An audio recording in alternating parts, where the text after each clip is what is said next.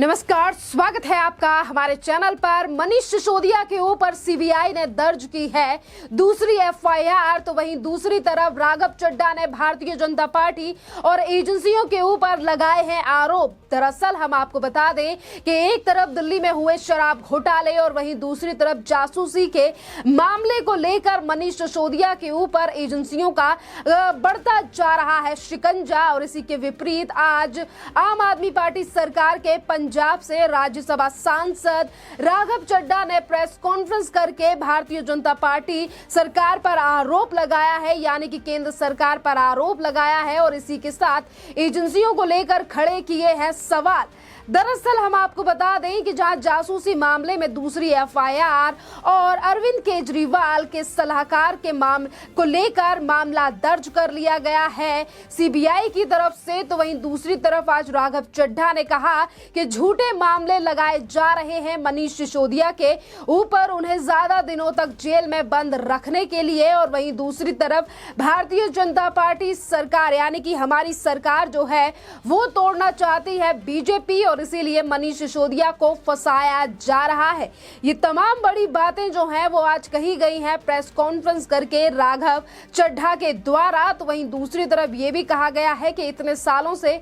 मनीष सिसोदिया का नाम नहीं आया था, तो आज अचानक से एजेंसियां इस पूरे मामले को लेकर इस तरीके से जांच जो है वो क्यों कर रही है। वहीं दूसरी तरफ राघव चड्ढा ने यह भी कहा कि जासूसी के नाम पर एफआईआर दर्ज इसीलिए की गई है क्योंकि मनीष सिसोदिया जेल से बाहर ना आ पाए। और वहीं दूसरी तरफ कहा कि एजेंसियां जो है वो आज मनीष सिसोदिया को लेकर किस तरीके से लगातार छानबीन कर रही है। उप मुख्यमंत्री का जासूसी का मामला 8 साल में पता नहीं कर पाए तो चीन और पाकिस्तान से क्या लड़ेंगे, ये बड़ी बात जो है वो राघव चड्ढा की तरफ से की गई है। जहां एक तरफ सेना से लेकर तमाम चीजें यानी कि सेना को लेकर सवाल जो है वो किया गया है राघव चड्ढा की तरफ से। दरअसल हम आपको बता दें कि मनीष सिसोदिया इन दिनों जेल में है और इसी बीच आप नेता सिसोदिया की आबकारी नीति घोटाले के अलावा फीडबैक यूनिट के मामले में जासूसी के आरोप भी लग रहे हैं। और इसी पूरे मामले को लेकर आज आम आदमी पार्टी सरकार जो है वो केंद्र सरकार पर हमलावर है और इसीलिए आज राघव चड्ढा जो है वो केंद्र सरकार को लेकर सवाल खड़े कर रहे हैं और कह रहे हैं कि एक सवाल भारत की एजेंसियों को लेकर भी खड़ा होता है कि उप मुख्यमंत्री की जासूसी का मामला जो है वो 8 साल में भी अगर एजेंसियां नहीं पता लगा पाई हैं तो हमारे दुश्मन देश चाइना और पाकिस्तान से कैसे लड़ेंगी। इस तरीके से बात करने वाले राघव चड्ढा शायद ये भूल गए कि इस देश की जनता की तरफ से ही आज उन्हें सोशल मीडिया पर जवाब दिया जा रहा है और कहा जा रहा है घोटाले का मामला है। और जिस तरीके से अगर इस पूरे मामले पर भी हम बात करेंगे कि किस तरीके से फीडबैक यूनिट बनाई गई, क्या हाई कोर्ट के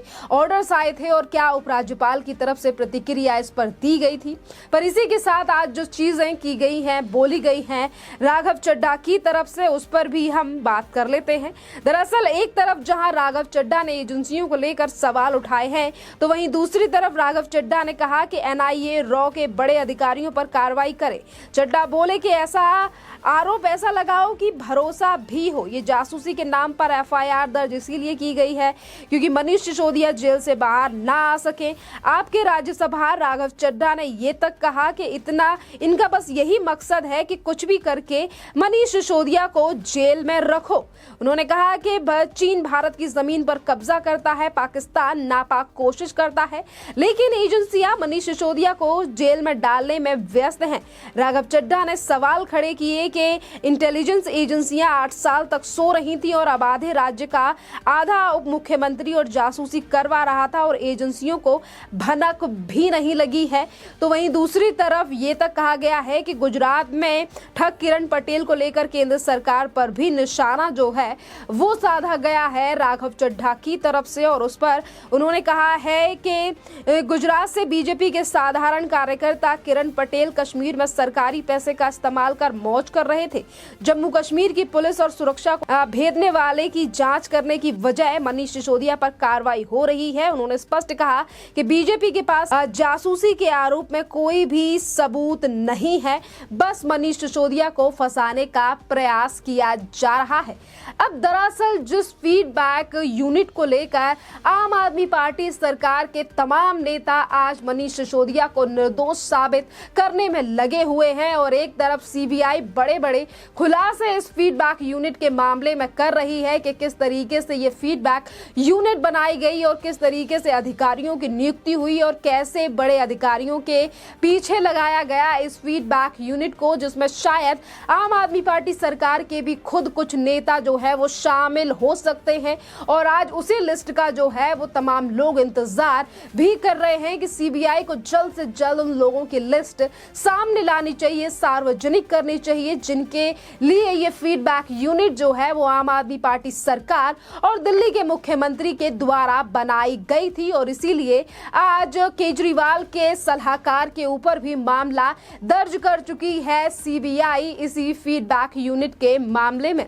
आज अगर फीडबैक यूनिट को लेकर बात करें, जिस पर राघव चड्ढा ने कहा है कि एजेंसियां सो रही थी, आज अगर देश पर